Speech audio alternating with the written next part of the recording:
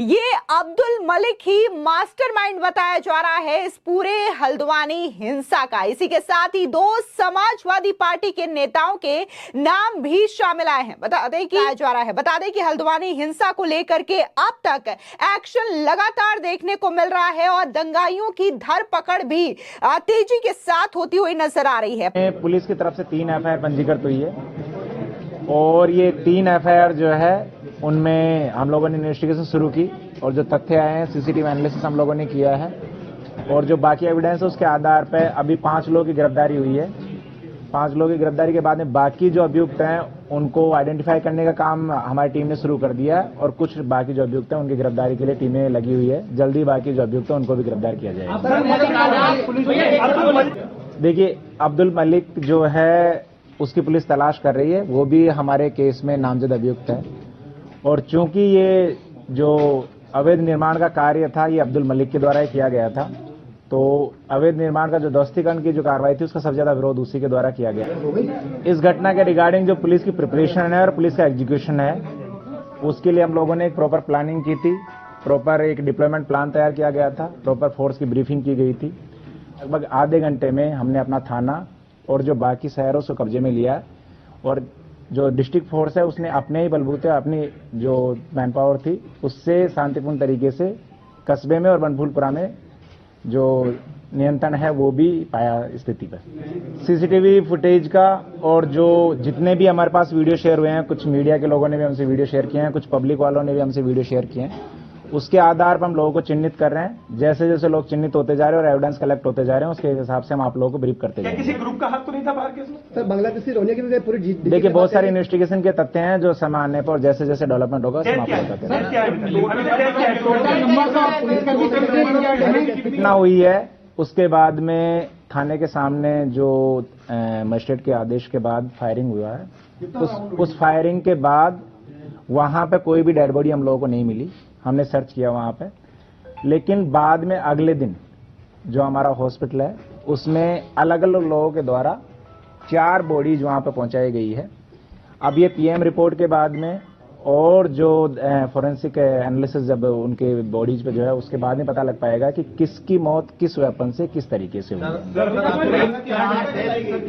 4 death पहले हुई, एक एक्सीडेंट का केस बाद में आया, तो उस दिन के हम 5 डेथ मान रहे हैं। अब ये 5 डेथ में से ये बाद में इन्वेस्टिगेशन के बाद और एनालिसिस के बाद पता लगेगा कि इनमें से कितनी डेथ ऐसी है जो उस उपद्रव के दौरान हुई है। आप लोगों ने देखा होगा कि दंगे के बाद में बनफूलपुरा शहर के साथ साथ हल्द्वानी शहर में भी एक कर्फ्यू लगाया गया था, लेकिन अब स्थिति नियंत्रणपूर्ण है। इसीलिए हम लोगों ने बनफूलपुरा थाना क्षेत्र को छोड़ के बाकी जो क्षेत्र है उसमें कर्फ्यू से ढील दी है। हल्द्वानी जो बाकी कस्बा है वो कर्फ्यू से बाहर किया गया है। जो एसेंशियल सप्लाई और बाकी चीजें जो है वो हमने शुरू कर दी है।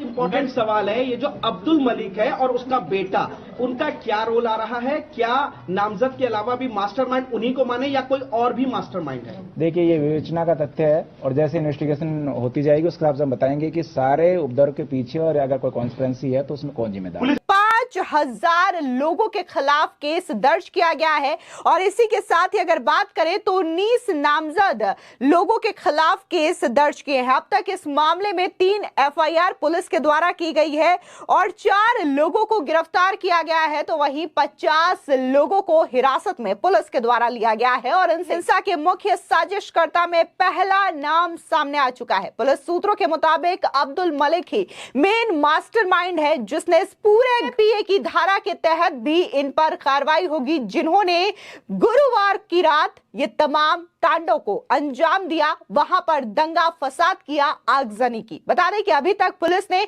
3 एफआईआर दर्ज कर 5 आरोपियों को गिरफ्तार किया है। इसमें अरशद और जावेद नाम के शख्स भी शामिल हैं। पुलिस ने आरोपियों पर आईपीसी की धारा 147, 148, 307, 332, 333, 353 सहित अन्य धाराओं में मुकदमा दर्ज किया है। बता दें कि अब्दुल मलिक के फोन कॉल रिकॉर्ड्स और पुराना इतिहास पुलिस खंगालने में जुटी हुई है। पथराव करना शुरू कर दिया जाता है। सर, वहाँ पे ऐसा हुआ था 4 बजे करीब ना हम पहुंचे, वहाँ पे 3:30 बजे करीब हम पहुंचे। पहुंचने के बाद वहाँ पे पत्थर हम थोड़ा बहुत हल्ला हुआ, इसके बाद थोड़ा सा आगे को मशीन पड़ी तो पत्थर फेंका वहाँ से। आप क्या काम करते हो? हम निगम में हैं सर।